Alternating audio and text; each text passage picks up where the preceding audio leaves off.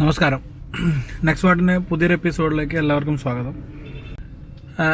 നമ്മുടെ ചാനലിലെ വീഡിയോസ് കൂടുതലും ഈ ആനുകാലിക സംഭവങ്ങളുമായിട്ട് ബന്ധപ്പെടുത്തിയിട്ടാണ്. നമ്മുടെ എനർജിയും ട്രാൻസ്പോർട്ടും മൊബിലിറ്റിയൊക്കെയാണ് നമ്മുടെ വിഷയമെങ്കിലും അതിൻ്റെ അപ് ടു ഡേറ്റ് ആയിട്ടുള്ള ന്യൂസുകളെ ബന്ധപ്പെടുത്തിയിട്ടാണ് ഞാൻ കൂടുതൽ വിഷയങ്ങളും അവതരിപ്പിക്കാൻ ശ്രമിക്കുന്നത്. അപ്പോൾ അത്തരത്തിൽ ഇന്നത്തെ വിഷയം എന്ന് പറയുന്നത്, നമ്മൾ 2 ദിവസം മുന്നേ പത്രത്തിലുണ്ടായിരുന്നു ടാറ്റ ടിഗോർ EVക്ക് 4 സ്റ്റാർ റേറ്റിംഗ് കിട്ടിയെന്നുള്ളത്. അപ്പോൾ പത്രത്തിൽ മാത്രമല്ല, മറ്റ് ഡിജിറ്റൽ മീഡിയാസിലൊക്കെ ഉണ്ടായിരുന്നൊരു വാർത്തയാണത്. അപ്പോൾ എന്താണ് ഈ സ്റ്റാർ റേറ്റിംഗ് എന്ന് പറയുന്നത്, അല്ലെങ്കിൽ എന്താണ് ഈ ക്രാഷ് ടെസ്റ്റ് എന്ന് പറയുന്നത്, അത് നമുക്കൊന്ന് എക്സ്പ്ലെയിൻ ചെയ്യാം. അപ്പോൾ അതിനെ ബേസ് ചെയ്തിട്ടുള്ളതാണ് ഇന്നത്തെ വീഡിയോ എന്ന് പറയുന്നത്. അപ്പോൾ എല്ലാവർക്കും വീഡിയോയിലേക്ക് സ്വാഗതം. നമ്മൾ ക്രാഷ് ടെസ്റ്റ് എന്ന് സിമ്പിളായിട്ട് പറയുമെങ്കിലും അതിൻ്റെ ഒരു ഒഫീഷ്യൽ നെയിം എന്ന് പറയുന്നത് ന്യൂ കാർ അസസ്മെൻറ്റ് പ്രോഗ്രാം എന്നാണ്. NCAP അഥവാ NCAP എന്ന് നമ്മൾ വിളിക്കും. ന്യൂ കാർ അസസ്മെൻറ്റ് പ്രോഗ്രാമിനാണ് നമ്മൾ ക്രാഷ് ടെസ്റ്റ് എന്ന് പറഞ്ഞാൽ സിമ്പിളായിട്ട് നമ്മൾ പറയുന്നത്. അപ്പോൾ ഈ ക്രാഷ് ടെസ്റ്റ് എന്ന് പറയുന്നത് അതിൻ്റെ ഉദ്ദേശം നമുക്ക് ഇത്രയേ ഉള്ളൂ. ഒരു വാഹനത്തിനകത്ത് സഞ്ചരിക്കുന്ന പാസഞ്ചേഴ്സിൻ്റെ സേഫ്റ്റി എത്രത്തോളം ഉണ്ട്, അല്ലെങ്കിൽ ആ വാഹനം എത്രത്തോളം സേഫാണ് അതിലെ യാത്രക്കാർക്ക് എന്നുള്ളത് അറിയാനുള്ള ഒരു മെഷറാണ്, അല്ലെങ്കിൽ ഒരു മെഷറിംഗ് ടൂളാണ് ശരിക്കും എന്ന് പറഞ്ഞാൽ ഈ NCAP റേറ്റിംഗ് എന്ന് പറയുന്നത്. അപ്പോൾ ഇത് ആദ്യമായിട്ട് തുടങ്ങുന്നത് 1978 US-ലാണ്. അപ്പോൾ US NCAP ആയിരുന്നു ആദ്യത്തെ ന്യൂ കാർ അസസ്മെൻറ്റ് പ്രോഗ്രാം എന്ന് പറയുന്നത്. അതിനെ ബേസ് ചെയ്തിട്ട് പിന്നെ റീജിയണൽ ആയിട്ടും കൺട്രികളായിട്ടും പല രീതിയിലുള്ള അസസ്മെൻറ്റ് പ്രോഗ്രാമുകൾ നിലവിൽ വന്നു. ഇന്ന് അതൊക്കെ അങ്ങനെ പല റീജിയനുകളായിട്ടാണ് ഇന്ന് അസസ്മെൻറ്റ് പ്രോഗ്രാമുകൾ നടക്കുന്നത്. അപ്പോൾ അതിൽ ചൈനീസ് NCAP ഉണ്ട്, ജാപ്പാനീസ് NCAP ഉണ്ട്, കൊറിയൻ NCAP ഉണ്ട്, ലാറ്റിൻ NCAP ഉണ്ട്, ഓസ്ട്രേലിയൻ NCAP ഉണ്ട്, ഗ്ലോബൽ NCAP ഉണ്ട്. അതാണ് നമ്മുടെ ഇന്ത്യയൊക്കെ വരുന്നത് ഗ്ലോബൽ NCAPലാണ്. അപ്പോൾ അങ്ങനെ പല റീജിയനുകളായിട്ട് തിരിഞ്ഞു. അപ്പോൾ ഇവരൊക്കെ തമ്മിൽ ടെസ്റ്റുകളിൽ ഡിഫറൻസ് ഉണ്ടെങ്കിലും എല്ലാവരും ബേസ് ചെയ്യുന്നത് US NCAPനെ തന്നെയാണ്. US NCAP ബേസ് ചെയ്തിട്ടാണ് എല്ലാവരും പ്രോട്ടോകോൾസ് ഉണ്ടാക്കിയിട്ടുള്ളത്. അപ്പോൾ UN ആണ് ഇതിനൊക്കെയുള്ള പ്രോട്ടോകോൾസൊക്കെ ഉണ്ടാക്കുന്നതിൽ യുണൈറ്റഡ് നേഷൻസിനും ഇതിനകത്ത് റോളുണ്ട്. അപ്പോൾ നമുക്ക് ഇന്ത്യനെ കുറിച്ച് പറയാം. ഇന്ത്യ എന്ന് പറയുന്നത് ഒരു ഓട്ടോമോട്ടീവ് ഇൻഡസ്ട്രിയിലെ ഒരു എമർജിങ് മാർക്കറ്റാണ്, ഒരു ഇമ്പോർട്ടൻറ്റ് മാർക്കറ്റാണ് ഓട്ടോമോട്ടീവ് ഇൻഡസ്ട്രീന്. അതുപോലെ ആഫ്രിക്കയും. ഇന്ത്യ ഏകദേശം 5th ലാർജസ്റ്റ് ഓട്ടോമോട്ടീവ് മാർക്കറ്റാണ് ശരിക്കും വേൾഡിലെ. അപ്പോൾ ഈ ഇന്ത്യക്ക് ശരിക്കും പറഞ്ഞാൽ അങ്ങനെ ഒരു അസസ്മെൻറ്റ് പ്രോഗ്രാം ഉണ്ടായിരുന്നില്ല. ഇന്ത്യ നമ്മളങ്ങനെ ഒരു സേഫ്റ്റി കൺസേൺഡ് അല്ല ഒരു കാര്യത്തിലും. നമ്മൾ വാഹനങ്ങൾ വാങ്ങിക്കുന്നത് പ്രൈസ് നോക്കിയിട്ട് മാത്രമായിരുന്നു. സേഫ്റ്റിനെ കുറിച്ച് നമ്മൾ അത്ര ബോധേഡ് ആയിരുന്നില്ല. അങ്ങനെ അപ്പോൾ ഇന്ത്യക്ക് സ്വന്തമായിട്ടൊരു അസസ്മെൻറ്റ് പ്രോഗ്രാം ഉണ്ടായിരുന്നില്ല. പക്ഷേ 2017 നമ്മളൊരു അസസ്മെൻറ്റ് പ്രോഗ്രാം അനൗൺസ് ചെയ്തു, BNVSAP എന്ന് പറയുന്നത്. അതായത് Bharat new vehicle safety assessment programme എന്ന് പറയുന്ന BNVSAP എന്ന് പറയുന്ന ഒരു പ്രോഗ്രാം അനൗൺസ് ചെയ്തു. പക്ഷേ അതിപ്പോഴും ആക്റ്റീവ് അല്ല, ഇപ്പോഴും നിലവിൽ വന്നിട്ടില്ല. അങ്ങനെ ഒരു പ്രോഗ്രാം ഗവൺമെൻറ് അനൗൺസ് ചെയ്തു എന്നല്ലാണ്ട് നമ്മുടെ സ്വന്തമായിട്ടുള്ളൊരു പ്രോഗ്രാം ഇതുപോലെ നിലവിൽ വന്നിട്ടില്ല.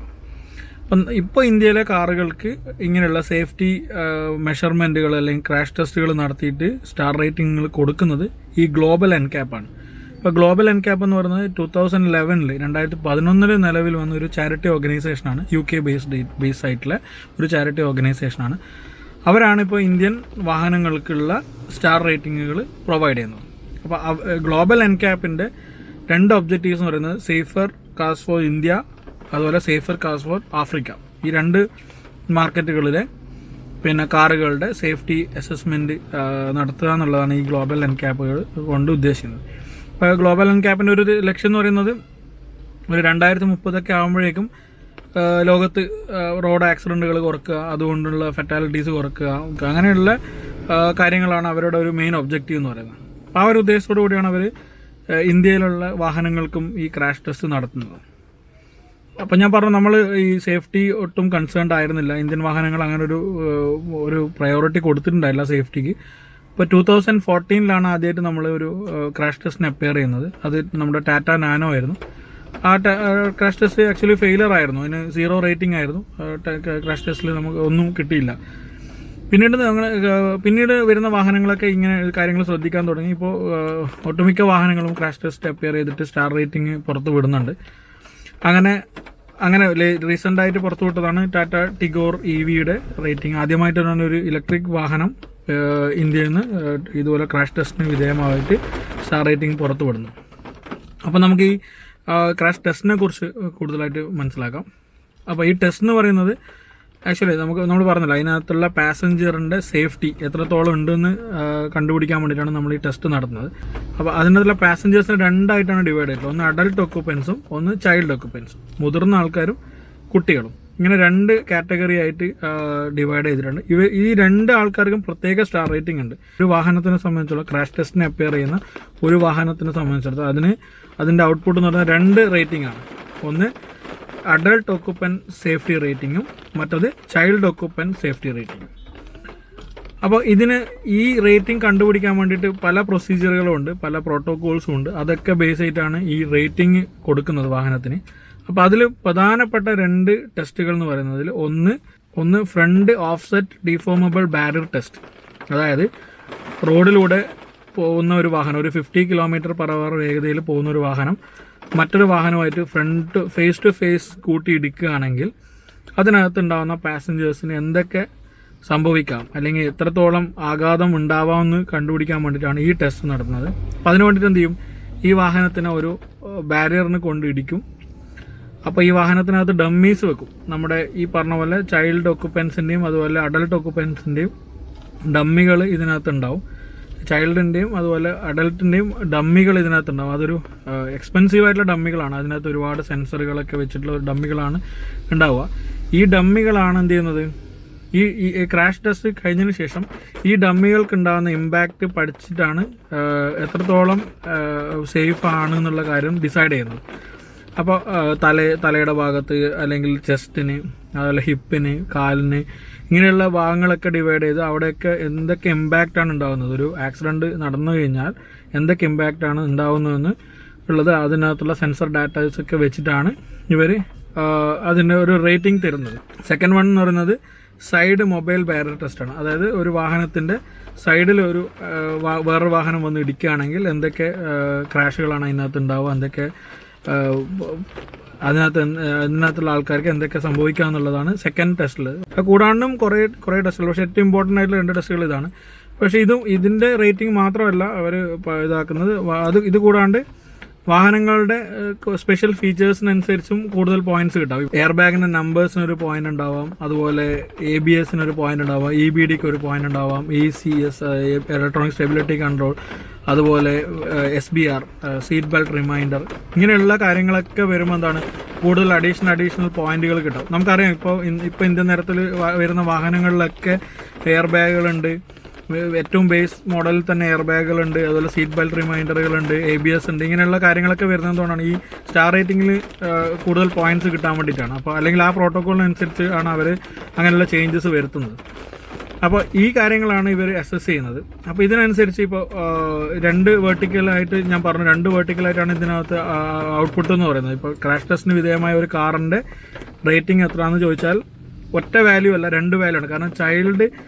കാരണം അഡൽട്ട് ഒക്കുപ്പൻ പ്രൊട്ടക്ഷൻ എന്ന് പറയുന്നത് ഇത്രയാണ്.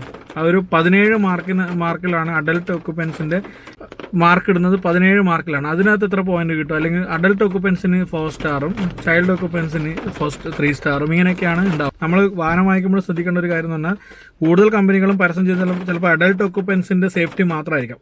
അപ്പോൾ അത് മാത്രം ബേസ് ചെയ്തുകൊണ്ട് നമുക്ക് ഒരു വാഹനം എത്രത്തോളം സേഫ് ആണെന്ന് പറയാൻ പറ്റില്ല. ചൈൽഡ് ഒക്കുപ്പൻസും എത്രത്തോളം സേഫ് ആണെന്ന് കൂടി നോക്കണം.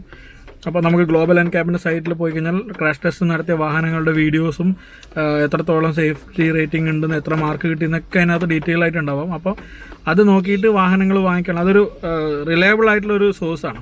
ഗ്ലോബൽ എൻകാപ്പ് എന്ന് പറയുന്നത് വളരെ റിലയബിൾ ആയിട്ടുള്ളൊരു സോഴ്സാണ്. നമുക്ക് വാഹനങ്ങൾ വാങ്ങുന്നതിന് വളരെ ധൈര്യമായിട്ട് അപ്രോച്ച് ചെയ്യാൻ പറ്റുന്നൊരു സോഴ്സ് തന്നെയാണ്.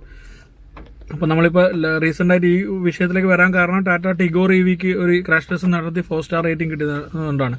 അപ്പോൾ ടാറ്റ ടിഗോർ EV ചൈൽഡ് ഒക്കുപ്പൻസിനും അഡൽട്ട് ഒക്കുപ്പൻസിനും 4 സ്റ്റാർ തന്നെയാണ്. 2 കാറ്റഗറിയിലും 4 സ്റ്റാർ റേറ്റിംഗ് ആണ് ടാറ്റ ടിഗോർ EVക്ക് കിട്ടിയിട്ടുള്ളത്. അപ്പോൾ അതൊരു വളരെ സേഫ് ആയിട്ടുള്ളൊരു കാറെന്ന് തന്നെ നമുക്ക് പറയാം. 5 സ്റ്റാറാണ് ഏറ്റവും ടോപ്പ് ലെവൽ, പക്ഷേ തൊട്ടടുത്ത് നിൽക്കുന്ന ഒരു കാറെന്ന് തന്നെ പറയാം. അപ്പോൾ സേഫസ്റ്റ് EV ആണ് ഇപ്പം ഇന്ത്യയിലുള്ള സേഫസ്റ്റ് EV ആണ്. അതുപോലെ വളരെ പുവർ പെർഫോമൻസും ഉണ്ട്. കുറേ മാരുതിൻ്റെ കുറേ വാഹനങ്ങളൊക്കെ വളരെ പുവർ പെർഫോമൻസ് ആണ്, സ്റ്റാർ റേറ്റിംഗിൽ വളരെ പുറകോട്ട്. അപ്പോൾ ഇനി അങ്ങോട്ടേക്ക് എന്താണ്, നമ്മൾ ഈ സ്റ്റാർ റേറ്റിംഗ് കൂടി വാഹനങ്ങൾ വാങ്ങുമ്പോൾ നമ്മൾ സ്റ്റാർ റേറ്റിംഗ് കൂടി മാനദണ്ഡമായിട്ട് എടുക്കണം എന്നുള്ളതാണ് പറയാനുള്ളത്. കാരണം അതൊരു റിലയബിൾ ആയിട്ടുള്ള ഒരു ഡാറ്റയാണ്. അത് വെച്ചിട്ട് നമ്മൾ വാഹനം എപ്പോഴും അതിൻ്റെ വില മാത്രമല്ല അതിൻ്റെ ഈ സേഫ്റ്റി റേറ്റിംഗ് കൂടി നമ്മൾ അടിസ്ഥാനമാക്കിയിട്ട് തന്നെ നമ്മൾ വാഹനങ്ങൾ വാങ്ങാൻ ശ്രമിക്കണം. അതിപ്പോൾ EV ആയാലും ഇനിയിപ്പോൾ ഇലക്ട്രിക് വാഹനങ്ങളൊക്കെ ഇതുപോലുള്ള ക്രാഷ് ടെസ്റ്റുകൾ നടത്തി അവരുടെ സ്റ്റാർ റേറ്റിംഗ് വരും. അപ്പോൾ നമ്മൾ EV വാങ്ങുമ്പോഴും ഇങ്ങനെയുള്ള കാര്യങ്ങൾ പ്രത്യേകം ശ്രദ്ധിക്കണം. Thank you.